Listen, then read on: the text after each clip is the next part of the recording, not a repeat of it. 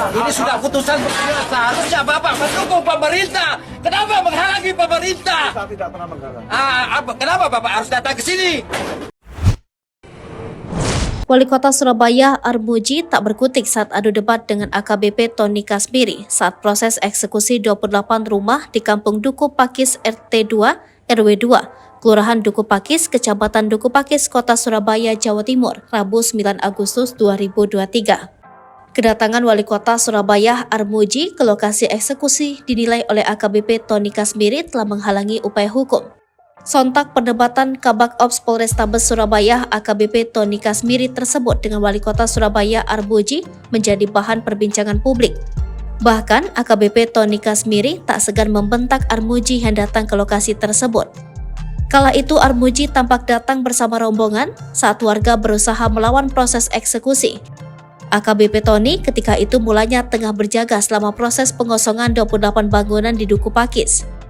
Saat Armuji menemuinya di lokasi eksekusi, perwira mendengar polisi itu pun langsung membentak Armuji. Menurut AKBP Tony, mantan Ketua DPRD Kota Surabaya itu mengganggu proses eksekusi. Sang wakil wali kota tampak berusaha menjelaskan terkait kedatangannya di lokasi pengosongan bangunan tersebut. Namun AKBP Tony langsung memotongnya.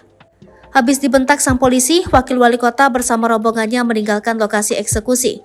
Sebelum meninggalkan lokasi, Armuji terlihat menyempatkan diri menyapa sejumlah warga yang menjadi korban penggusuran. Lantas, siapa AKBP Tony Kasmiri? AKBP Tony Kasmiri merupakan lulusan Akademi Polisi Angkatan tahun 2004. Akpol 2004 dikenal sebagai Batalion Tatak Trawang Tungga mengutip kominfo.jatimprov.go.id. Setelah lulus dari Akpol, AKBP Tony pun sempat mengemban amanah di beberapa tempat.